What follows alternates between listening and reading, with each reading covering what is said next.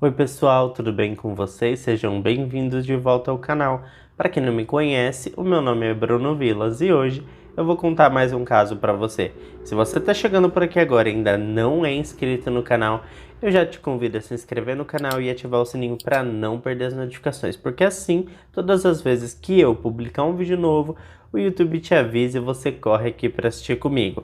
Mas agora vamos para o que interessa e bora para o caso de hoje.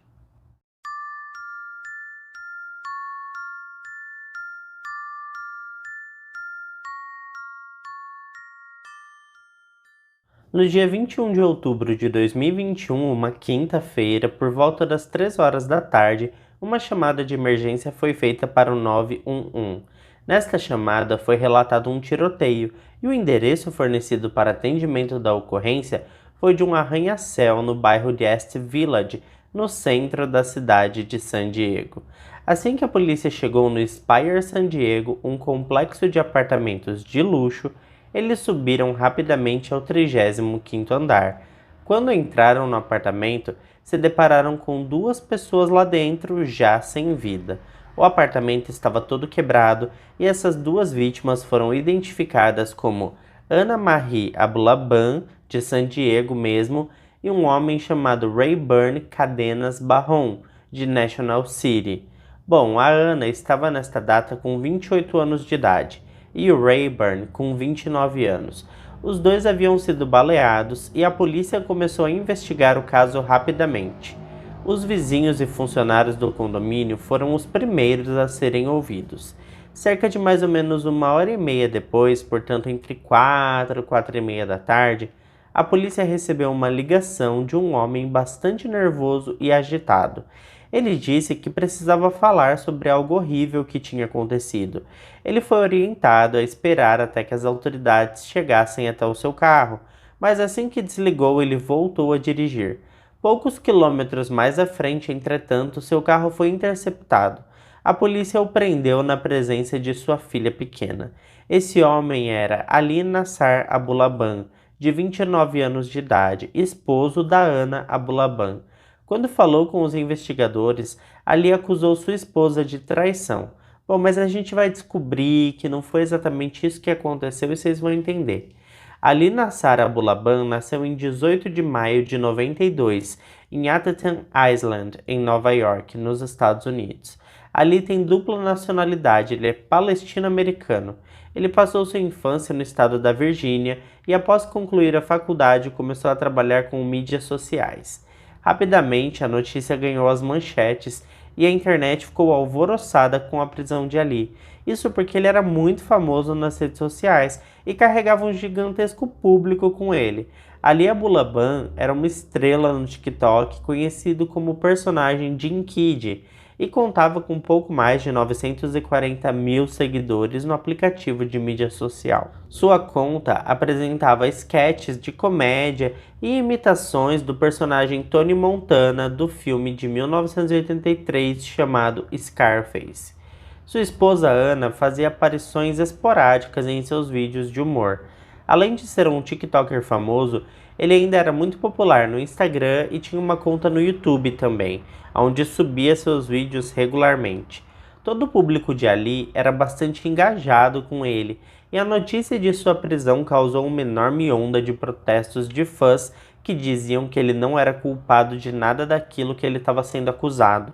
Por mais controverso que isso possa parecer, na segunda-feira seguinte, dia 24 de outubro de 2021, Ali compareceu ao Tribunal Superior do Condado de San Diego, onde foi lida a acusação contra ele e ele negou as duas acusações. Os investigadores trouxeram diversas informações sobre esse caso, sendo que algumas pegaram o Ali desprevenido. Em fevereiro de 2021, logo que se mudaram para o novo apartamento de luxo em San Diego, Ali começou a se incomodar com o fato de Ana se destacar bastante na internet.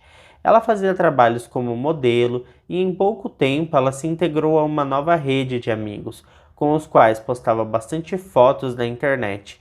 Começou a receber convites para jantares, bares, baladas. além de conseguir diversos trabalhos com publicidade paga. Essa ascensão de sua esposa deixou Ali bastante frustrado e muito enciumado. Diversos amigos do casal disseram que ele era bastante controlador com sua esposa e, para tentar diminuí-la na frente dos outros, ele fazia pouco caso dela na frente das pessoas, principalmente quando estavam em público, e costumava elogiar outras mulheres para ferir a autoestima da Ana. Esse comportamento inadequado e hostil fazia com que as pessoas ao redor do casal aos poucos sentissem desprezo por Ali, e conforme o tempo foi passando, eles foram deixando de incluí-lo nos encontros sociais. Ou seja, quando os amigos convidavam a Ana para sair, beber, confraternizar, eles sugeriam que ela fosse sozinha e não levasse o marido, visto que a presença dele era desconfortável para todos por motivos que eu acabei de dizer. A Ana passou a ocupar seu tempo com a nova vida social agitada que estava conquistando no novo endereço. Pelo fato de não ter o apoio de seu marido e também perceber que ele estava tentando controlar sua vida, Ana passou a não se importar mais com a presença dele. Na verdade, ela preferia que ele nem a acompanhasse, porque ela se sentia aliviada toda vez que estava longe dos julgamentos do marido. Mas não seria fácil assim escapar do monitoramento de Ali Nassar. Ele ligava insistentemente para ela, mandava mensagens a todo momento, queria saber onde ela estava, com quem ela estava, o que estava fazendo, por que não o convidaram. Houve até um episódio em que ela postou uma foto com alguns amigos em um bar e ele comentou na foto dela criticando a esposa, dizendo coisas do tipo: existem pessoas que pensam que são famosas, mas estão muito longe disso. Pessoas que não nasceram para brilhar jamais serão estrelas. Sabe, pessoal, ele estava mesmo incomodado com o crescimento da esposa. Posteriormente, um policial testemunhou para a promotoria e informou que nesse meio tempo a delegacia recebeu 9 telefonemas da Ana solicitando suporte por violência doméstica. Em nenhum desses casos Ali foi processado. Em outro momento, o porta-voz da polícia foi questionado enquanto dava uma entrevista e foi cobrado a dar explicações do porquê nenhuma dessas chamadas foi aberto um processo contra Ali. Ele informou apenas que atendimento de ocorrências envolvendo violência doméstica são bastante complicados para a polícia, porque em 95% dos casos, as mulheres se reconciliam com os agressores e acabam dispensando o serviço dos policiais. Ele disse ainda que no tempo que um policial perde atendendo uma ocorrência de violência doméstica, na qual a mulher vai desistir do processo poucas horas depois, essa viatura poderia estar sendo ocupada em outra ocorrência, podendo até estar salvando uma vida. É evidente que essa declaração não foi de bom tom, né, gente? Diversas organizações que lutam pelos direitos das mulheres se manifestaram e reforçaram que sim, todas as mulheres devem solicitar apoio da polícia todas as vezes que forem ameaçadas por seus companheiros, e que elas não devem desistir do processo, porque afinal de contas, os companheiros dizem que vão mudar, mas não mudam, eles nunca mudam, disse um representante do movimento em uma entrevista. A polícia descobriu que pouco tempo depois, Ana pediu formalmente o divórcio. O casal tinha uma filha e a mãe propôs que eles fizessem um sistema de rodízio para ficar com a garotinha, tudo dentro da lei e de forma que os dois pudessem acompanhar o crescimento da menina. Ao invés de repensar o seu comportamento e passar a apoiar a esposa a fim de que os dois continuassem crescendo juntos, Ali fez exatamente o contrário. Ele passou a ser ainda mais controlador com a Ana dali em diante. Bom, com o processo de divórcio em andamento, Ana solicitou no dia 18 de outubro de 2021 que Ali deixasse o apartamento porque a convivência no mesmo ambiente não seria mais possível.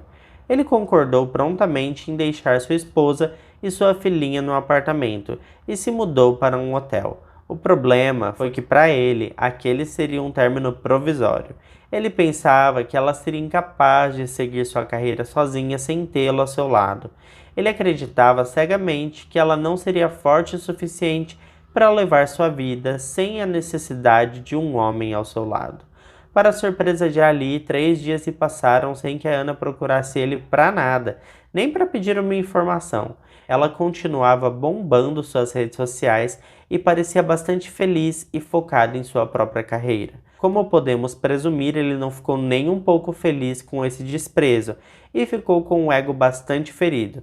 Ele imaginou naquele momento que a única forma dela estar conseguindo se virar seria com a ajuda de outro homem, porque, como já sabemos, ele pensava que ela fosse incapaz de viver sem a ajuda de alguém. Ali então passou a acreditar que sua esposa, vou dizer esposa, gente, porque o divórcio não havia sido concluído ainda, estava o traindo. Era claro na cabeça dele que ela estava saindo com alguém. Ali então procurou meios tecnológicos de monitorar os passos de Ana. Não demorou muito para ele encontrar a solução definitiva desse problema. No dia 21 de outubro, ele foi até o prédio onde Ana morava e esperou que ela saísse. Ele teve acesso facilitado ao imóvel porque o acordo de mudança foi feito entre os dois, e pelo fato dele ter demonstrado tranquilidade com a proposta, a Ana não achou que fosse necessário proibir a entrada dele no prédio. Aliás, ele até deixou sua chave no armário de chaves. O que ela não sabia era que ele havia feito uma cópia das chaves escondido dela. Ali entrou no apartamento e descontroladamente quebrou diversos móveis. Ele em seguida instalou um aplicativo espião de escuta no iPad da filha do casal de 5 anos de idade. Algumas horas depois, Ali estava ouvindo o aplicativo quando de repente começou a tocar a voz de sua esposa. Ela estava chegando no apartamento e os áudios mostravam que sua esposa e um homem estavam conversando e rindo alto. Ali foi tomado por uma fúria avassaladora. Ele correu de volta para o luxuoso arranha-céu. O vídeo da câmera de segurança do prédio flagrou o momento que ele correu do elevador para o apartamento. Assim que entrou, ele atirou em Rayburn Cadenas 3 vezes antes de atirar na cabeça de sua esposa. Ali em seguida ligou para sua mãe e confessou o que tinha acabado de fazer. Depois de fugir do local, o TikToker assassino pegou sua filha na escola e, sem conseguir controlar suas emoções, admitiu para a garotinha de apenas 5 anos de idade que ele tinha machucado a mamãe.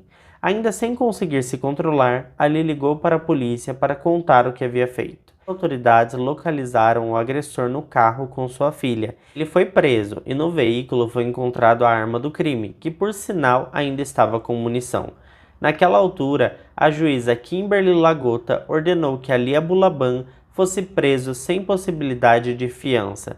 A juíza também emitiu uma ordem de proteção que exige que ele fique longe de sua filha, que passou a ser assistida pela família. Assim que terminou de ouvir as acusações da promotoria contra ele, Ali desabou a chorar e se declarou inocente das 2 acusações de assassinato em primeiro grau. Ele negou ter tirado a vida de Ana e Rayburn. O advogado de defesa não se pronunciou e permaneceu em silêncio, mesmo quando a promotoria leu as acusações contra o Ali. Inclusive, pessoal, a promotoria alegou que há fortes indícios de que Rayburn era apenas um amigo de Ana e não um amante. Ou seja, ele teria morrido de graça, ele estava no lugar errado e na hora errada. A promotora Taryn Brast deu entrevista mais tarde e afirmou que aquela não tinha sido a primeira vez que Ali Abulaban foi violento com sua esposa. De acordo com a promotora, ela registrou um boletim de ocorrência contra o marido no mês de setembro de 2021, depois que ele empurrou ela e ela acabou se machucando. Naquele momento, nenhuma ordem de restrição havia sido emitida. Em dezembro de 2021, Ali deu uma entrevista bastante emocionado. Na ocasião, ele fez declarações bastante controversas. Ele disse que quando chegou no apartamento, encontrou sua esposa no sofá, aos beijos com Rayburn. Aquela cena o deixou enlouquecido. Afinal de contas, aquele era seu sofá, sua casa, sua vida, sua família. Ali disse que naquele momento que entendeu que seu casamento havia definitivamente chegado ao fim. Quando questionado sobre as confissões, Ali negou que tenha confessado os crimes para sua mãe e para a polícia. Quando perguntado se a polícia teria inventado essas confissões, ele não soube responder. Ele afirmou ainda que foi ele mesmo que comunicou à polícia sobre o falecimento da Ana e do Rayburn, mas se defendeu dizendo que não teve nada a ver com a morte de nenhum dos dois. A entrevista teve duração de pouco mais de 40 minutos, onde ele contava sobre a vida dos dois e disse ter o sonho de se tornar ator. Ali acusou Ana pelo fracasso do casamento. Ele alegou que a ideia de se mudar para San Diego tinha sido dela e que o casamento acabou porque ela era festeira demais, que estava sempre fora de casa e envolvida com bares e festas. Por outro lado, uma das melhores amigas de Ana, chamada Cassie Conroy, pintou uma imagem totalmente diferente dessa história. Ela acusou Ali de ser controlador e todas aquelas outras coisas que eu já contei para vocês. Depois da Cassie, o primo do Ali, um rapaz por nome Louis Marinari, disse em entrevista que o comportamento de seu primo tinha mudado muito depois que ele começou a fazer o uso de substâncias ilegais. Ele havia se tornado violento e paranoico. Para Louis, a Ana e sua filha eram as pessoas mais afetadas com esse novo comportamento de Ali. É claro que a mídia fez questão de perguntar ao acusado sobre o uso dessas substâncias. Ali acabou revelando que fazia sim o uso de algumas coisas e que sentia que estava perdendo o controle de suas ações. Mesmo após essa perturbadora declaração, muitos seguidores do TikTok continuaram defendendo e dizendo que ele era inocente das acusações de assassinato. Em 8 de janeiro de 2022, estava em curso o processo de audiências preliminares para avaliar se Ali será condenado. Caso positivo, ele pode ser condenado à pena capital. Seu advogado de defesa já trabalha na direção de uma pena de prisão perpétua. Eu vou trazer a atualização desse caso assim que tivermos o resultado da condenação. De qualquer maneira, caso ele seja condenado à pena capital, diversos recursos poderão ser protocolados, fazendo com que a execução demore meses ou até mesmo anos. Se ele ficar no corredor da morte, eu trago essa informação aqui para vocês também. Bom, pessoal, tem diversos casos aqui no canal de homens que ceifaram a vida de suas esposas, muitas vezes declarando que as amavam mais do que tudo neste mundo. Eu vou deixar algumas indicações de vídeos em um comentário fixado aqui embaixo para vocês que vocês possam conhecer o caso de outras mulheres que foram vítimas de casos parecidos com esse. Esse foi o vídeo de hoje. Se você chegou até aqui, eu já peço que você deixe o seu like, que me motiva muito a continuar trazendo vídeo aqui para vocês. Eu fico por aqui e até o próximo vídeo.